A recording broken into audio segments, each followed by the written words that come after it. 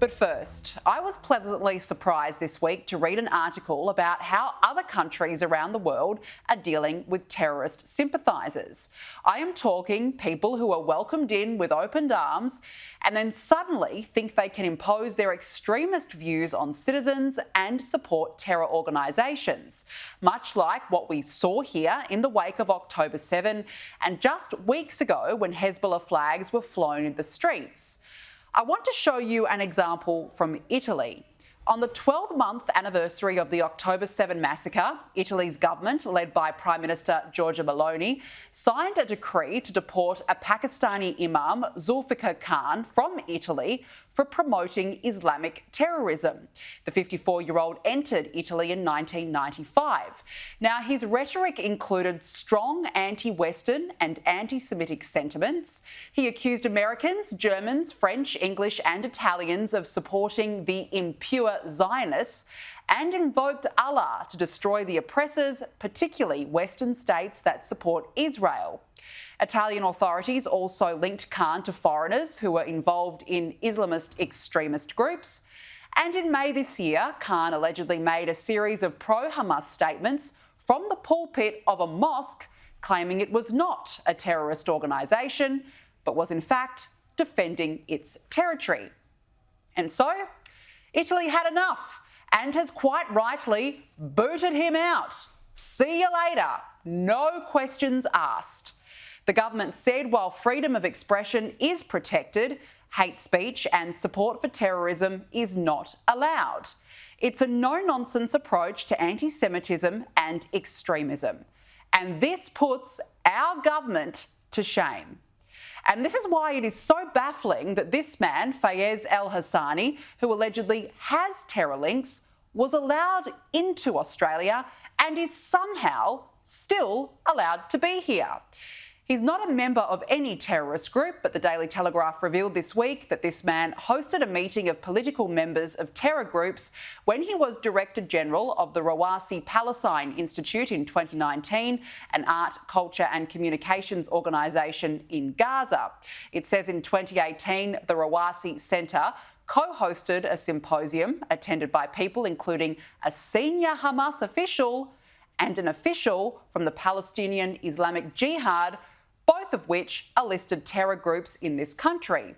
The Daily Telegraph went on to reveal that Mr El-Hassani, who settled in Sydney after losing 10 members of his family in an Israeli missile strike following the October 7 Hamas terror attack, had 3 deceased brothers and 2 sons who had been active members of the Palestinian Islamic Jihad or other banned groups.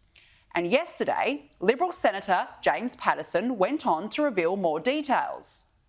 It has been brought to my attention that in August last year, Mr El-Hassani apparently made disturbing remarks at the Second International Al-Aqsa Conference in Iraq regarding his son, who was killed while serving in the military wing of the Palestinian Islamic Jihad. The following is a translation of a post on the Facebook page of the conference organisers, the Global Campaign to Return to Palestine, and I quote, "His mother encouraged him to wage jihad against the usurping entity, and today his son is being raised on the same path and the way of jihad until the liberation of Palestine." So it's clear, this man has terrorist links. Not that that seemed to worry the Prime Minister or the Immigration Minister. The process for all of these visas for people who've come from Palestine has been exactly the same for every one of them. And the engagement, they all come into the same process, and the engagement with the security agencies has been the same the whole way through.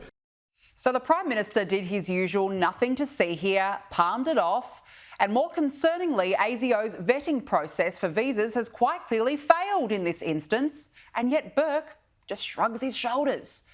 The Daily Telegraph went on to reveal that in 2020, Mr El-Hassani also reshared a Rawasi post on Facebook mourning the death of Ramadan Abdullah Shalah, who was the leader of the Palestinian Islamic Jihad, and in 2006 appeared on the FBI's most wanted terrorist list as, quote, a knight of a man.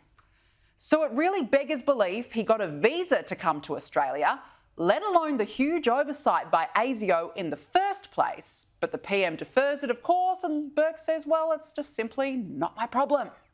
there was a further check that was made in March of every single visa holder within this caseload, either onshore or offshore. All of those checks have been made. If at any point our security agencies gave advice to the government that a visa should be cancelled, then the government, of course, would take seriously that advice.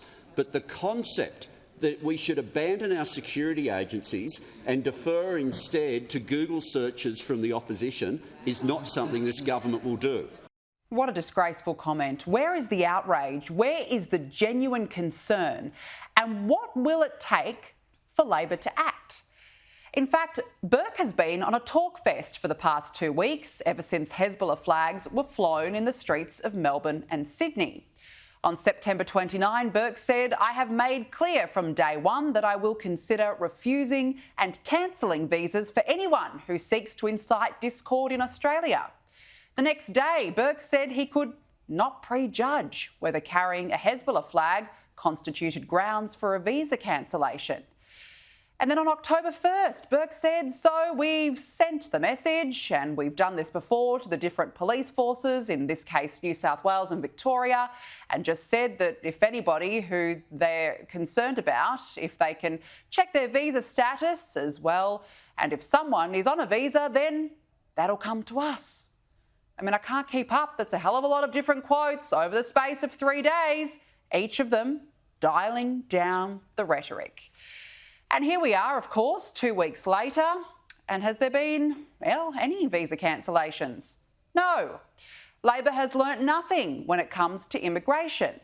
Under the failed Andrew Giles experiment, migration reached record highs, foreign-born criminals remained in Australia and allegedly committed crimes around the country, and visas were handed out to Palestinians with little security vetting, and the list goes on. And nothing clearly has changed under Burke. Labor is obsessed with letting people in, but seems to have a hard time letting people out who should not be here. You only need to look overseas to get an idea of how serious governments are taking the threat of extremism, the views held by terrorist sympathisers and those with links to terror. Shame this government here in Australia only has Western Sydney in mind.